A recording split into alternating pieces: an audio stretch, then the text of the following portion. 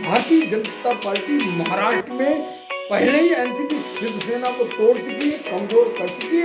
इस बार वहां पर जो जाति है माली, धनगढ़ और बंजारा,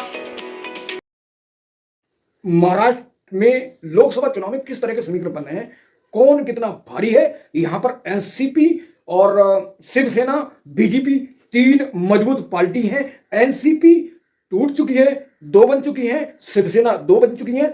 सारी बात इस वीडियो में, तो मेरे साथ जुड़े रहिए। टीपीएन 20 न्यूज हर जंग में आपके संग और भारत की शान। तो मेरा हर रोज 7:30 बजे शाम जो प्रोग्राम है संविधान की कसम प्रोग्राम इसलिए शुरू किया गया दोस्तों। जो नौकरशाह हैं, जो नेता हैं, वो आखिर संविधान की शपथ खाकर उस पर खड़े नहीं उतरते हैं, तो उनको याद दिलाया जाए कि संविधान की कसम खाई है आपने। तो दिल्ली का जो कांड है, कल वीडियो वायरल हुई इंद्रपुरी से, जहां पर एक मुस्लिम नमाज पढ़ रहे रोड पर, जिन पर एक पुलिस वाले ने लात मारी। तो ये संविधान की कसम वाले ऐसे लोगों को कसने का काम, ऐसे लोगों को याद दिलाने का काम करती है ये संविधान का कसम प्रोग्राम। तो टीपीएन 20 न्यूज से बने रहिए। शुरू करते हैं महाराष्ट्र की राजनीति को लेकर जो समीकरण बन रहे हैं कि किस तरह के समीकरण हैं महाराष्ट्र में। पहले महाराष्ट्र के 5 क्षेत्र जहां पर सबसे बड़ी समस्या दोस्तों, सबसे बड़ी समस्या किसानों की आत्महत्या। कोई भी बन जाए, किसी तरह की समीकरण बना ले और कैसे भी जीत जाए, लेकिन कांग्रेस जो किसान हैं, उन किसानों को लेकर कोई मसला नहीं बनता है दोस्तों। ऐसे नेताओं को नकार देना चाहिए जो किसानों के हित में, जो जनता के हित में, जो शिक्षा पर, जो न्याय पे नाम नहीं काम करते हैं। कोई भी हो,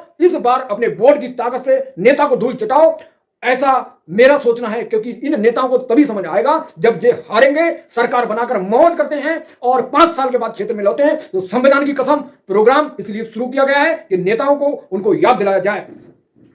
महाराष्ट्र की राजनीति से पहले जो महाराष्ट्र है उसमें 4 क्षेत्र हैं बहुत मजबूत। उन क्षेत्र पर किसका वर्चस्व है? तो 4 क्षेत्र कोणार्क, पश्चिमी महाराष्ट्र, विदर्भ और मराठवाड़ा और उत्तर महाराष्ट्र। ठीक है, तो सबसे पहले मराठवाड़ा की बात करते हैं। यहां पर मराठवाड़ा क्षेत्र में एनसीसी सबसे ज्यादा मजबूत थी, सबसे ज्यादा वर्चस्व था। 2019 के लोकसभा चुनाव में बीजेपी ने एनसीपी शिवसेना के मिलकर लोकसभा चुनाव लड़ना शुरू किया। जो हिंदूवादी पार्टी थी शिवसेना, उद्धव ठाकरे की, बाल ठाकरे की दोस्तों पार्टी, तो उस पार्टी ने आखिरी टाइम पे एनडीए को धोखा दिया, बीजेपी के साथ की जगह कांग्रेस के साथ चले गए। और इसी का मजा चखाने के लिए नरेंद्र मोदी ने, बीजेपी ने रावण के, विभीषण के भाई की तरह उसके भाई से मिले। मतलब बीजेपी एनसीपी में शरद पवार से मिली और शिवसेना में एकनाथ शिंदे से मिली, और दोनों ने इतना मजा सखाया, दोनों को 1/2 कर दिया, तोड़ दिया, और दोनों पार्टियों के जो अस्तित्व था खत्म कर दिया, चुनाव चिन्ह छीन लिए। तो इस बार भी मोदी के खिलाफ लड़ने जा रहे हैं ये दोनों धुरंधर, दोनों छत्रप लड़ने जा रहे हैं महाराष्ट्र की धरती से। तो मराठवाड़ा जो है सबसे ज्यादा प्रभावित, सबसे ज्यादा एनसीपी के कब्जे में है और यहां पर इसका वर्चस्व है। लेकिन जब बीजेपी ने 2019 में देखा कि ये लोग हमसे संपर्क नहीं कर रहे हैं, तो धीरे धीरे उन्होंने अपने पैर पसारना शुरू करे, मजबूत गढ़ बनाना शुरू किया। और उसी मजबूत गढ़ बनाने के चलते बीजेपी लगातार एनसीपी को विघटन करा दिया, एनसीपी को तोड़ दिया और हिंदुत्व के रास्ते थे, सनातन के रास्ते थे। महाराष्ट्र में ओबीसी धनगढ़ समुदाय को अहम भूमिका निभाते हैं जो राजनीति में, उनको अपने पाले में करने का काम किया। तो दोस्तों ये जो जाति है ओबीसी धनगढ़ है, ये मिलकर बीजेपी को समर्थन करेंगे। तो एनसीपी को तोड़ दिया। राजनीति में दोस्तों कोई भी पार्टी हो, तुम्हारे चाचा की, तुम्हारे भाई की, जैसे तोड़ के जाओगे ना, इधर के रहोगे ना उधर के, तो आने वाले टाइम में देखना एकनाथ शिंदे और अजीत पवार का क्या होता है। इसका रिजल्ट बीजेपी को बहुत तगड़ा, बीजेपी का रिस्पांस बढ़ेगा, परफॉर्म बढ़ेगी और धीरे धीरे जो पार्टियां नीचे रसातल में चली जाएंगी।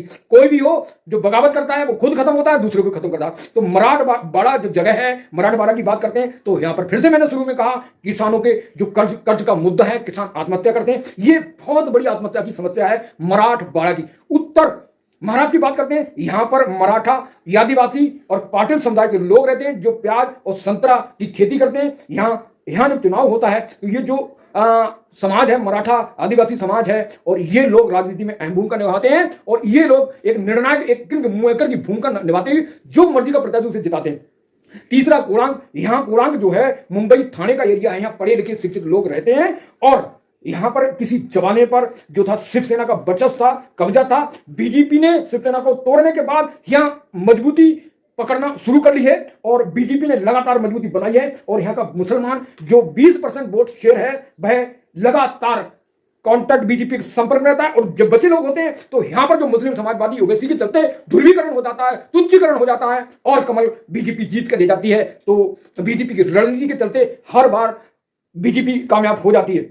यहां पर जो कांग्रेस है और समाजवादी है, मुसलमान के चलते यहां पर धीरे धीरे मजबूत होने का काम कर रही है, लेकिन बीजेपी यहां पर भगवा के सारे और हिंदुत्व के सारे, सनातन के सारे खुद को मजबूत कर रही है। तो पश्चिमी महाराष्ट्र की बात करें, जहां पर एनसीपी नेता शरद पवार का सबसे मजबूत गढ़ है, और यहीं से राजनीति की शुरुआत की। यहां के लोगों ने एनसीपी को प्यार दिया, मजबूती दी, समर्थन दिया और लीड भूमिका निभाई। तो यहां पर बीजेपी ने अजीत पवार को अपने रास्ते से एनसीपी को कमजोर करने का काम किया है, और यही कारण है जो बीजेपी है किसी से गठबंधन नहीं करती है, क्योंकि कोई ना कोई गठबंधन के सारे उनकी पार्टी को खत्म कर देगा। तो इसलिए बहन मायावती यूपी से लगातार खुद के दम पर चुनाव लड़ने का दम भर रही है। तो एनसीपी का यहां कब्जा है पश्चिमी महाराष्ट्र में, मराठा धनगर समुदाय के लोगों का वर्चस्व है और ये निर्णायक भूमिका निभाते हैं, लेकिन किसानों का मुद्दा, किसान की आत्महत्या का मुद्दा यहां भी बरकरार है। विदर्भ की बात करें, यहां पिछले 5 दशक के कांग्रेस का कब्जा था, और समस्या जो पहले थी वो आज भी है, यानी यहां पर किसानों की आत्महत्या की सबसे बड़ी समस्या जो कि मुंह फंसा कर खड़ी है। तो जो किसानों की आत्महत्या जैसी समस्या है तो बहुत विभत्स है, बहुत ही भयानक है। लोग वहां से सांसद विधायक चुनाव जीत कर आ रहे हैं, वादा करके 5 साल के बाद देखते रहिए। तो इस क्षेत्र में आत्महत्या, किसानों की बिजली और बेरोजगार की बड़ी समस्या है, जो मुंह फाड़े खड़ी है, जिसको कोई देखने वाला नहीं, जिसको कोई हल करने वाला नहीं। चुनाव आयोग को ऐसा कर देना चाहिए जो वहां पर एक बार अगर वहां पर विकास नहीं कराया तो उनकी सदस्य रद्द कर देना चाहिए। ऐसे सांसद हो, चाहे विधायक हो, मंत्री, राज्यसभा, सब पर चाबुक चलाना चाहिए। जिस तरह सुप्रीम कोर्ट न्याय के लिए हर आदमी के सामने खड़े हो जाती है, हर आदमी के पक्ष में सपोर्ट करती है, इस तरह चुनाव आयोग को करना चाहिए, ताकि जिसकी सदस्य खत्म होगी और उसकी ब्लैक लिस्ट कर देना चाहिए। जो लोग किसान, न्याय, शिक्षा और ऐसे मुद्दों पर काम ना करें क्षेत्र में। तो ये जो विदर्भ था, विदर्भ में जो समस्या है आत्महत्या की है, किसानों की बेरोजगारी है और बिजली की समस्या है। तो 5 जगह पर हो गया। अब चलते हैं महाराष्ट्र की राजनीति को लेकर। महाराष्ट्र की राजनीति में 2024 के लोकसभा चुनाव में क्या होने जा रहा है। तो जैसा कि सबको पता है कि शिवसेना एनसीपी का तोड़ दिया है, दोनों जो मजबूत पार्टी थी दोनों के चुनाव छिन गए हैं, और यह भी तय नहीं है कि आखिर शिवसेना एनसीपी जो है कि वो किसके चुनाव चिन्ह पे चुनाव लड़ेंगी, क्योंकि चुनाव चिन्ह जब है ही नहीं। तो लगातार ये अपडेट आ रहा है कि सीट बंटवारे को लेकर एनसीपी जो फडणवीस है, पूर्व मुख्यमंत्री बीजेपी के महाराष्ट्र, और एकनाथ शिंदे उन्होंने तलवारें खींची, लगातार एक दूसरे मान्यता। भारतीय जनता पार्टी महाराष्ट्र में पहले ही एनसीपी शिवसेना को तोड़ चुकी है, कमजोर कर चुकी है। इस बार वहां पर जो जाति है, माली, धनगर और बंजारा, इनका कॉम्बिनेशन, ओबीसी, इनका कॉम्बिनेशन बनाकर इनको खुश करने के लिए डायरेक्ट प्लान हिट कर रही है, डायरेक्ट प्लान बना रही है, टारगेट को हिट करने के लिए लगी पड़ी है। तो एनडीए यहां से एक बार फिर अपना वर्चस्व बनाने के लिए आगे बढ़ रही है, और एनसीपी और शिवसेना को रोकने के साथ जो उनके गठबंधन के साथी हैं, अगर सीट शेयरिंग तय हो जाता है, एकनाथ शिंदे से 18 सीट मांग रहे हैं। एकनाथ शिंदे जो शिवसेना जो एक शिंदे गुट है, ये 18 सीट मांग रहा है, जबकि 2019 में जो शिवसेना थी वो 18 सीट पर लड़ी थी उद्धव ठाकरे की, तो उनका चुनाव छिन गया है। तो जितनी सीटें वो मांग रहे थे वो उतनी सीटें एकनाथ शिंदे मांग रहे हैं। तो अभी इसकी मीटिंग चल रही है, सीट शेयरिंग का फार्मूला जल्दी तय हो जाएगा। तो एनसीपी ने बीजेपी के खिलाफ जो बोला था 2019 में, उसका सबक उसे मिल गया कहां, और यही जो अपने आप को जो शिवसेना थी उद्धव ठाकरे वाली कहती थी कि हिंदू पार्टी है, सनातन पार्टी है, लेकिन एंड टाइम पर 2019 के लोकसभा चुनाव में मोदी का साथ, बीजेपी का एनडीए का साथ छोड़ गए, और उसका मजा बीजेपी ने उन्हें चखा दिया। तो अब एनसीपी अजित और शिवसेना एकनाथ शिंदे के कंधे पर रखकर बीजेपी लगातार फायर कर रही है, और उस फायर से जो शरद पवार की पार्टी है, जो शिवसेना की पार्टी, वो लगातार ठेर होती जा रही है। तो अब देखना है कि शिवसेना, उद्धव ठाकरे और जो एनसीपी है, शरद पवार और कांग्रेस मिलकर यहां किस तरह सीट शेयरिंग करते हैं। लेकिन बातचीत जारी है, अभी अंतिम रूप नहीं दिया गया है सीट शेयरिंग को लेकर, चाहे वो इंडिया गठबंधन हो चाहे एनडीए, दोनों की वार्ता बरकरार है। तो यहां पर एनसीपी को शिवसेना को तोड़कर, और बीजेपी ने जो उद्धव ठाकरे की सरकार थी, उद्धव ठाकरे थे सीएम, उनको, उनकी पार्टी को तोड़कर उनके विधायक सारे एकनाथ शिंदे के चले गए, और उनको जीत मिली और चुनाव चिन्ह भी चला गया, और पार्टी ने, एकनाथ शिंदे की पार्टी ने, बीजेपी ने मिलकर उन्हें सीएम घोषित कर दिया, उप मुख्यमंत्री फडणवीस बन गए। तो इस तरह भारतीय जनता पार्टी ने एनसीपी और शिवसेना का सफाया कर दिया है। तो अब देखते हैं कि 2024 के लोकसभा चुनाव में अब जो 48 सीटें हैं उसके लेकर सीट शेयरिंग और दावे की बात कर रहे हैं कि कौन कितनी सीटों पर दावा कर रहा है।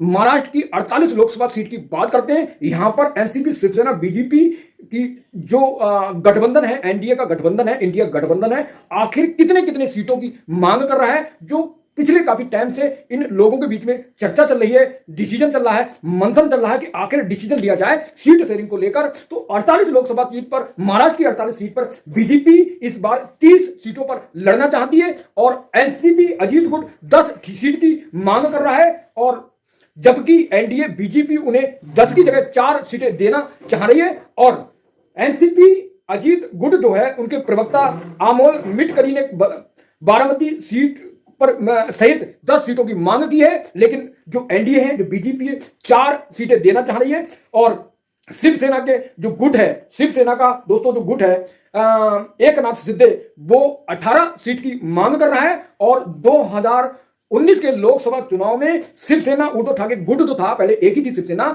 तो पहले इन्हें 18 सीट जीती है और वो 18 सीट एकनाथ शिंदे शिवसेना गुट मांग रहा है बीजेपी से। तो यहां पर बीजेपी जो है लगातार मंथन कर रही है कि जो एनसीपी अजीत पवार है, जो शिवसेना का जो एकनाथ शिंदे गुट है, इनको कहीं ना कहीं किसी तरह एडजस्ट किया जाए।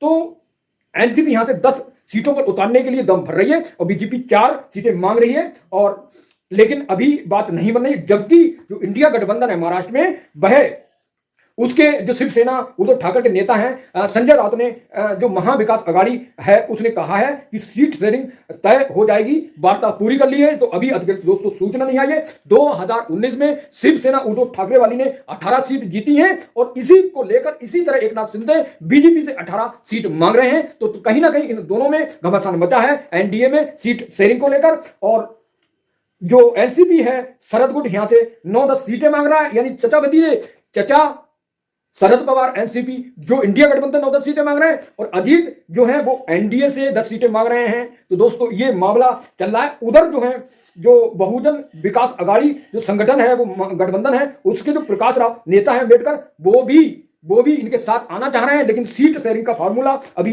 तय नहीं हुआ है। तो क्या एनडीए शिवसेना को 18 सीट दे पाएगी?